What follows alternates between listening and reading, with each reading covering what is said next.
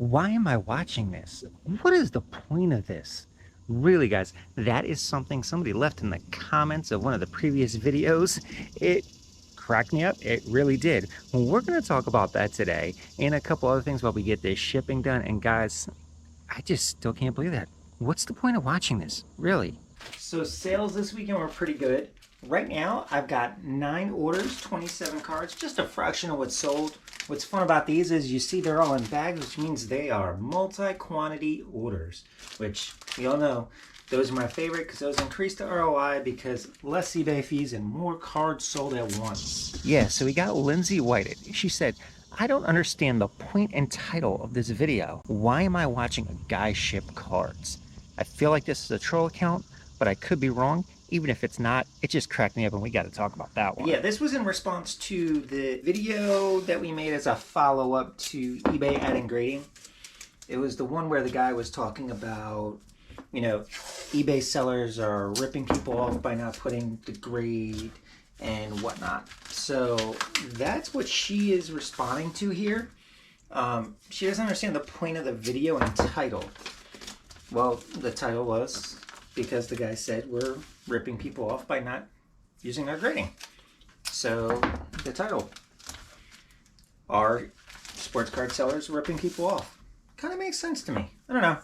Does to me. Does it to you? And she asked why she's watching a guy ship cards. Good question. Why are you guys watching a guy ship cards?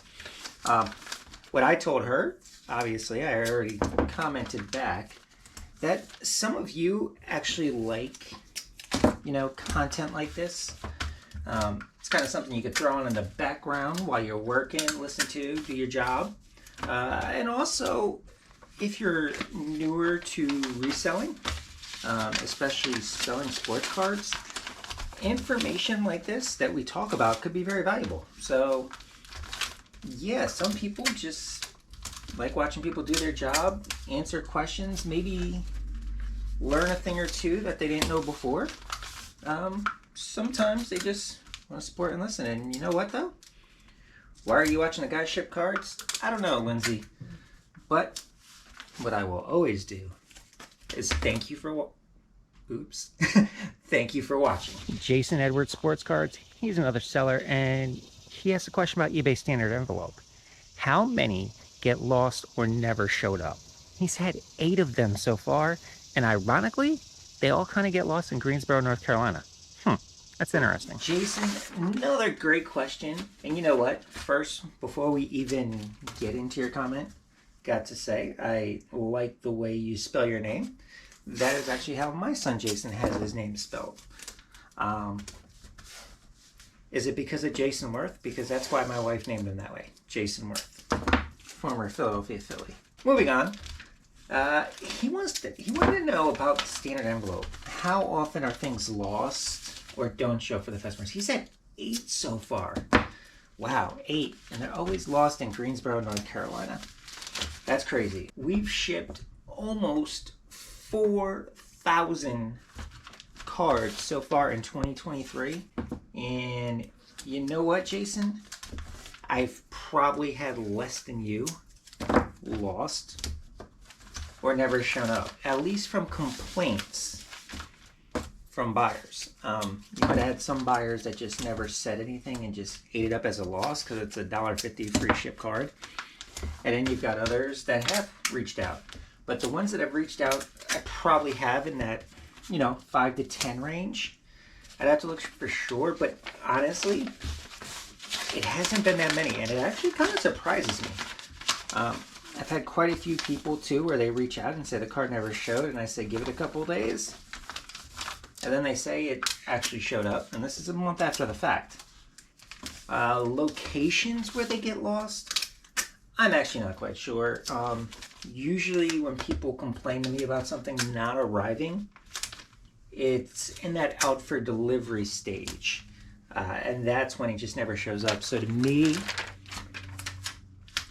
what I think happens is the local sorting facility, it gets scanned in and it says out for delivery, and then from some point from there to the truck, things just happen to get lost. As you know, these eBay standard envelopes, they can be quite small and easily dropped, slide through a crack, and forgotten. I know I have found them in my car before, a day or two after the fact, like, oh, look, this one must have fell out of the pile and slid down the car seat. It's kind of funny, actually, when I find them. It's like, oh, where'd you come from?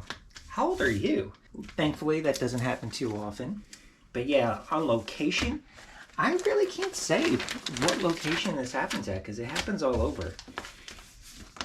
And it's kind of random. It just hasn't happened many times. I would recommend, if you're getting complaints from customers about these cards not showing up, have them file, you know, an item not received case. Don't just refund them. Because if you have them open a claim through eBay, after you refund them, you can then take that and file the eBay standard envelope insurance claim and get your money back. So if that's happening to you often, Jason, I would suggest you do that. Now, Raider Party, he's a lot like a lot of sellers. He said that when it comes to the filters on eBay, he only uses 2, completed and newly listed. Raider Party. Oakland Raiders fan, I'd assume? Maybe? Possibly? He's talking about filters. We were talking about this before with the grading feature, that I don't think putting in near mint, excellent, any of that's going to really make a difference unless they add it to the filters on the left side. And even then, I don't think many customers use that. And Raider Party is kind of backing that point up here by saying only filters he uses is for completed and newly listed. That's for comping. Raider Party is a seller. And I agree, that's what I use the most. What I do use as well sometimes is not graded, because if there's a lot of graded cards showing up and it's making it hard for me to comp a card or find a card, I'll take off the grading option and hope that it lowers the search results and makes things a little more tailored to what I need. But overall, I don't really use the filters on the left side or in the app. And I think that's going to be the case with this new grading system. Many people just aren't going to use it. Most people don't care.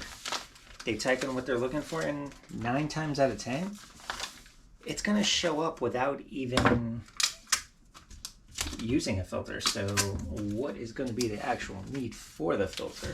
Now, Samuel J., he asked about eBay analytics, because you know I've been talking about those for quite a bit lately. He asked if it's possible to get the analytics without paying for a store.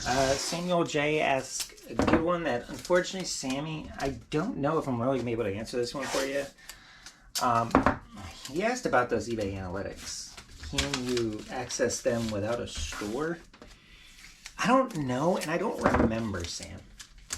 I've had an eBay store now for a couple years. So it's been a long time since I've done eBay without a store.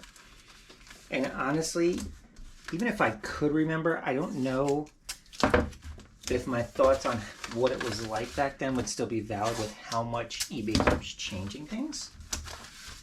So unfortunately, I don't know if I'm really going to be able to help you on that one. So unfortunately, I can't help you. Guys, if any of you watching this, if you sell on eBay and you don't have a store, can you let Samuel J know in the comments if you still have access to some type of analytics? And if you do, how you can access them and what kind of analytics you have. Like, I'm honestly not sure if the listings quality report is available to people without a store. Don't know. So, you know, makes me genuinely curious. Not saying I'm going to go down from having a store. I just got too many damn cards listed. But yeah, if any of you guys could help out Samuel J on that one, I'd appreciate it. And you know what? It would let me know for just future knowledge if somebody asks, which I always try to know what's going on. Some Sandy Alomar cards right here, guys. And look what we got. 1997 tops. They're still showing up all the time, guys. John Beard asked a pretty good one. He asked, if you had to sell something other than sports cards, what would you be selling? That's a great one, and I used to sell more than sports cards, so let's talk about that. All right, John Beard, that's a good question. And you know, it's a good question for you guys to get to know me a little bit. What would I sell other than sports cards? You know, one, that's a great question because about a year ago, I actually sold everything on eBay. I was an everything seller. I would go to yard sales, thrift stores. If it could make a profit, I was picking it up and I was selling it. It could be shirts. It could be shoes. It could be random knickknacks. It could be plush. It could be video games. It didn't matter. I was picking up whatever would be a profit and sell it on eBay. So how did I wind up here on sports cards, if that's what I was doing? Selling all that other stuff kind of felt like a job to me. I wasn't enjoying it. It was profitable, definitely was profitable. More profitable than selling just sports cards. But it was a job, and with how hectic my schedule is, with everything I've got going on, if I'm gonna sell on eBay, I need to make it fun. It's gotta be fun to me, and that's why I stopped selling the other stuff and came over to the sports card and went to strictly sports. Because sports cards are what I know, something that I have a passion for. But so what would I sell? I'd sell pretty much everything if it wasn't sports cards. I used to sell a lot of video games. Obviously, it kind of seems like a natural thing to go with the sports cards. Small, easy, cheap. And I sold a lot of video games. Did some electronics. One of the things I actually had the most fun selling was this NASCAR collection. The video is somewhere back in, from almost 2 years ago now. I bought somebody's NASCAR collection of die-cast cars, and I sold that off on eBay and whatnot. And that was a lot of fun, just because it was something, kind of in the sports niche. And just something enjoyable at that point. If I was going to switch away from sports cards again, I don't know if I would go back to being an everything seller, but I think I would try to find something that's kind of relatable to sports, just because that's what I enjoy the most. But John, that is a good one. Appreciate you asking that, because that's different. Not quite on how to sell, what to sell, so thank you. All right, so we got through the shipping, we got through the comments, got through more than usual with some of the quick and easy ones. Now I got to head to the post office, but really, guys, what's the point of this video? What was the point of the title? And really, why'd you watch a guy ship sports cards? I don't know. Catch you on the next one.